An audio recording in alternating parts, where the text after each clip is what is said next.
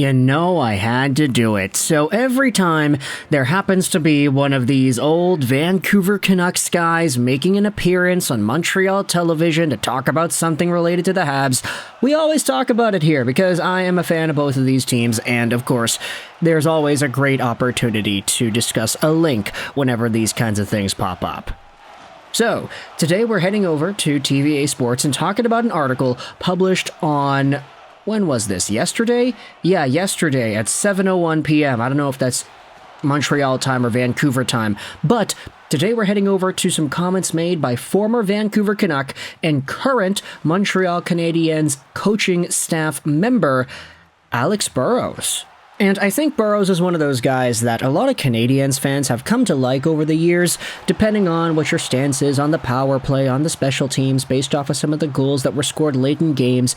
Alex Burrows, especially after the power play started scoring, has been shown a lot of the love lately by this fan base. But Montreal was not the first Canadian team fan base to go out there and give this guy the love. The first would happen to be the Vancouver Canucks, because 10 years ago, Alex Burrows was one of the most impactful and noteworthy Canucks on the scene. 60-point guy, 30-goal guy, Stanley Cup finalist guy, and a Henrik and Daniil Sedin line-mate guy. While Alex Burrows' prime in Vancouver was around that 2010, 2011, 2012-ish era, he still was a Vancouver Canuck for a long time, eventually leaving the team in 2016-17, where he was traded to Ottawa for Jonathan Dalian. He helped that team almost make the Stanley Cup Finals in 2017, and then played his final year shortly after before becoming the coach that he is today. Burrows, though, is indeed from Quebec, so it's only natural that he'd be popping on a show like the JIC show in Quebec to talk about his Montreal Canadiens and go over some of the guys. This article was published yesterday. I'll leave a link in the description. He has Shea Weber in his nose, the translation says. I think that's kind of a lost in translation thing. Let's look at the original language here. Il a du Shea Weber dans le nez. Now, what is le nez? Is that nose? I guess it is, but let's go out there and read this piece from French into English.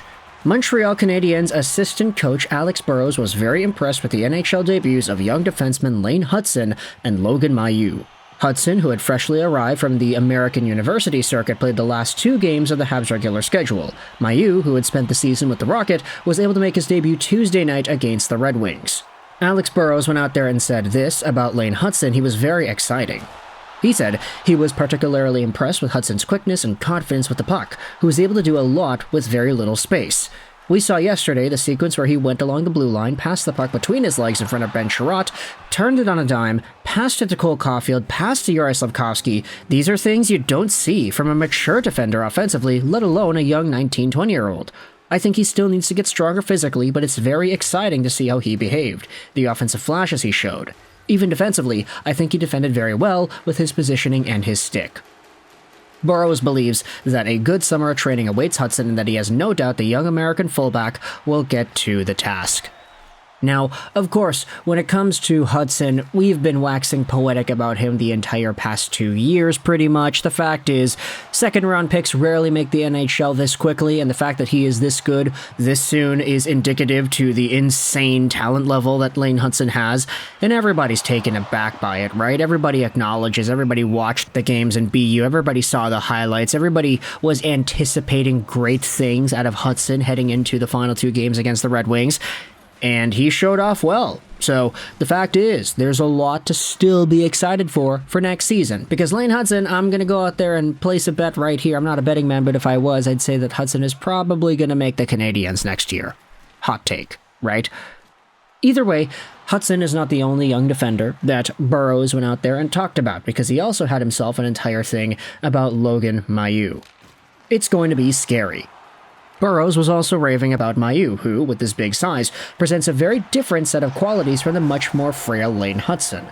He particularly enjoyed a sequence where the Ontarian showed off his robustness against the Red Wings on Tuesday evening. The moment I liked was against Lucas Raymond in the second period, Burrows explained.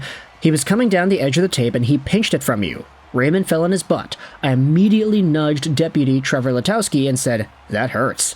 There's value in even small, harmless moments. Burrows revealed that the Canadiens development team was very satisfied with the work done by Mailloux in Laval. we see there is progression in his game, offensively and defensively. We see more like a mix of Lyle Odeline, Shea Weber, and Mike Komisarek in that body, attractions that are very positive for the organization. He has Shea Weber in his nose, Burrows insisted. When he gains confidence, knows the league a little more, I think he will scare several opposing attackers. During the interview, the excellent work of Nick Suzuki in 2023-2024, the impressive progress of Juraj Slafkovsky, the group's learnings and his future behind the team's bench, and even his predictions for the upcoming playoffs, it's all talked about and the interview is in the main video.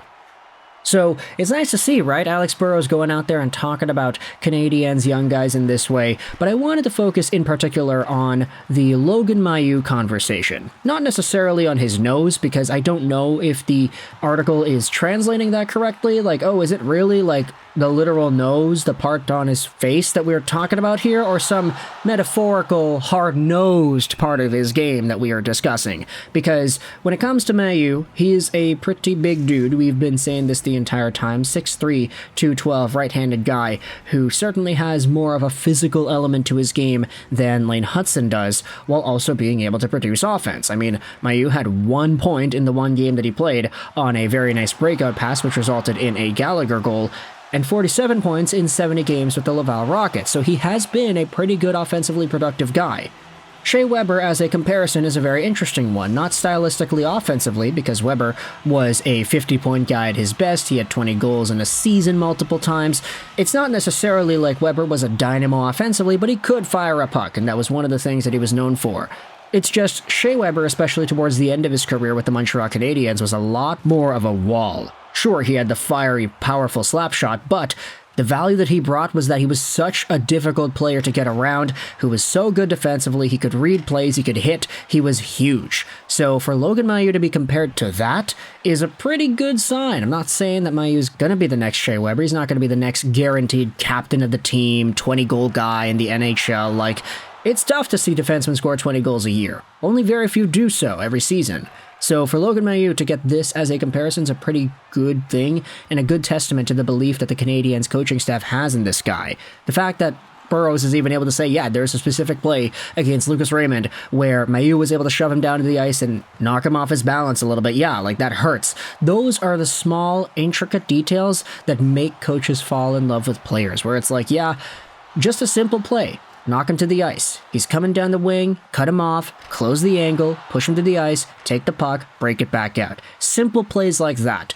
These are not necessarily high-octane offensive plays, but once in a while, if you send the breakout pass the right way, it could result in a 2-on-1, and it could result in an assist on your end. That's exactly what happened for Mailloux the other night against Detroit. So, physical play, big size, big frame, offensive talent, Logan Mailloux's got it all. We'll see what his resume looks like heading into next season, if he'll be able to actually break onto the Canadiens to start out the year.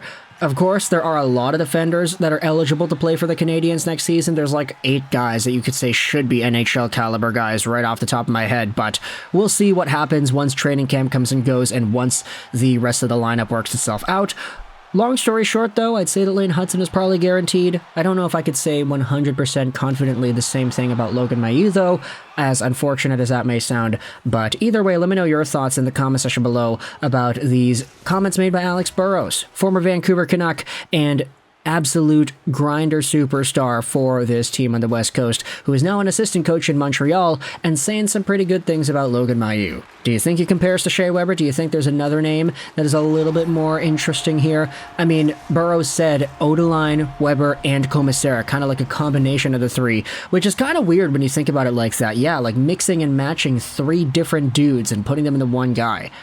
It's kind of weird, but either way, let me know your thoughts in the comment section below about these Alex Burrows comments. The article will be linked in the description, which does have the video if you want to listen to that as well. But I hope you enjoyed this British Ashroll 99, and bye.